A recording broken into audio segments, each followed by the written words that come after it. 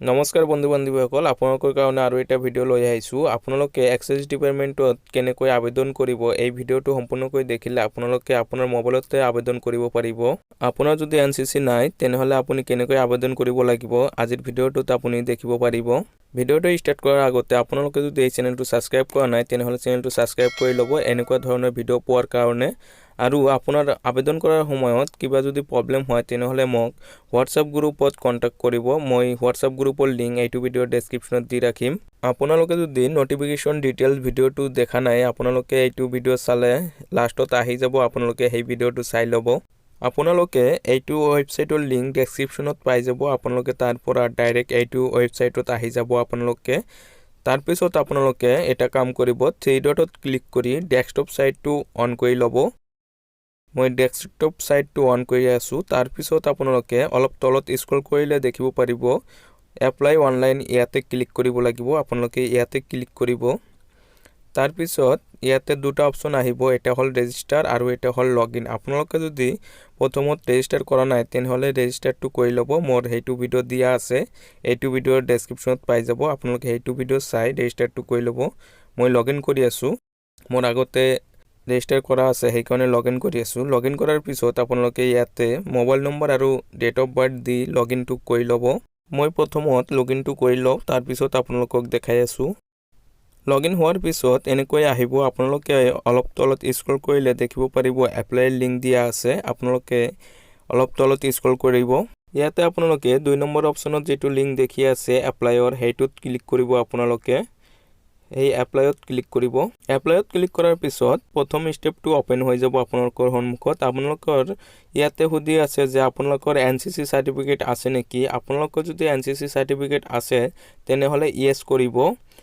yes কৰি ইয়াতে option পাই যাব এনসিসি সিবিএ যেটো আছে হেতু দি আপলোড দি দিব আপোনালোকে আপোনাৰ যদি এনসিসি সাৰ্টিফিকেটটো নাই তেনেহলে নো ক্লিক কৰি সেভ এণ্ড প্ৰসিডত ক্লিক কৰিব সেভ এণ্ড প্ৰসিডত ক্লিক কৰাৰ পিছত এনেকৈ সেকেন্ড স্টেপটো আহি যাব আপোনালোকৰ সন্মুখত ইয়াৰ পৰা আপোনালোকে পোষ্টটো সিলেক্ট কৰি ল'ব সিলেক্ট কৰি আপোনালোকে সাবমিটত ক্লিক কৰিব সাবমিটত ক্লিক কৰাৰ পিছত আপোনাৰ পোষ্টটো আহি যাব ইয়াতে তাৰ পিছত সেভ এণ্ড প্ৰসিডত ক্লিক কৰিব আপোনালোকে সেভ এণ্ড প্ৰসিডত ক্লিক কৰাৰ পিছত এনেকৈ আপোনাৰ সন্মুখত ডকুমেন্ট আপলোড দিয়াৰ ঠাই আহি যাব আপোনালোকে ইয়াতে ডকুমেন্ট আপলোড দিব লাগিব আপোনাৰ যদি আগতে এপ্লাই কৰা আছে বেলেগ কিবা ইয়াতে আপোনাৰ ডকুমেন্ট আপলোড দিব নালাগে আপুনি যে আগতে ডকুমেন্ট আপলোড দিছে সেই ডকুমেন্টতে হৈ যাব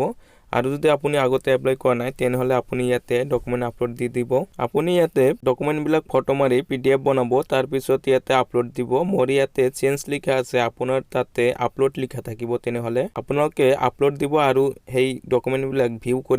কৰি দেখি লব এবাৰকৈ কাৰণ এবাৰ ভুল হলে আপুনি ঠিক কৰিব নোৱাৰে ডকুমেন্ট বিলাক আপলোড দিয়াৰ পিছত তললৈ স্ক্ৰল কৰিলে এনেকৈ দেখিব পাৰিব আপোনালোকে ভালদৰে এবাৰ দেখি লব গোটেইখিনি ঠিক আছে না নাই তাৰ পিছত আপোনালোকে সেভ এণ্ড প্ৰিভিউত ক্লিক কৰিব ক্লিক কৰাৰ পিছত আপোনাৰ সন্মুখত এনেকৈ আৰু এটা উইন্ডো ওপেন হ'ব আপোনালোকে ইয়াতে আপোনাৰ কোৱালিফিকেশন ডিটেইলছ দিব লাগিব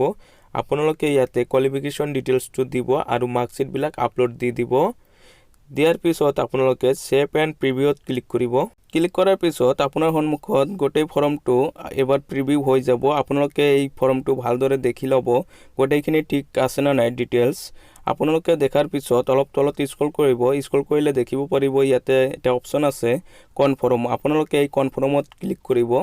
কনফাৰ্মত ক্লিক কৰাৰ পিছত আপোনালোকৰ সন্মুখত এনেকৈ এটা পপআপ আহিব আপোনালোকে ওকে ক্লিক কৰিব ওকে ক্লিক কৰাৰ পিছত আপোনালোকৰ মোবাইলত এটা ওটিপি যাব সেই ওটিপিটো ইয়াতে দি দিব আপোনালোকে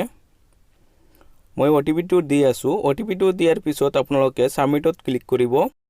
সাবমিটত ক্লিক কৰাৰ পিছত আপোনাৰ ফৰ্মটো সাবমিট হৈ যাব আপোনালোকে অলপ তলত স্ক্ৰল কৰিলে দেখিব পাৰিব ইয়াতে লিখা আছে একনলেজমেন্ট ফৰ্ম আপোনালোকে এইটো ডাউনলোড কৰি প্ৰিন্ট আউট কৰাই ল'ব আজিৰ ভিডিঅ'টো এইখিনি আপোনালোকে যদি এতিয়ালৈকে চেনেলটো সাবস্ক্ৰাইব কৰা নাই তেনেহলে চেনেলটো সাবস্ক্ৰাইব কৰি ল'ব আৰু ভিডিঅ'টোত লাইক কৰি দিব thank you for watching this video'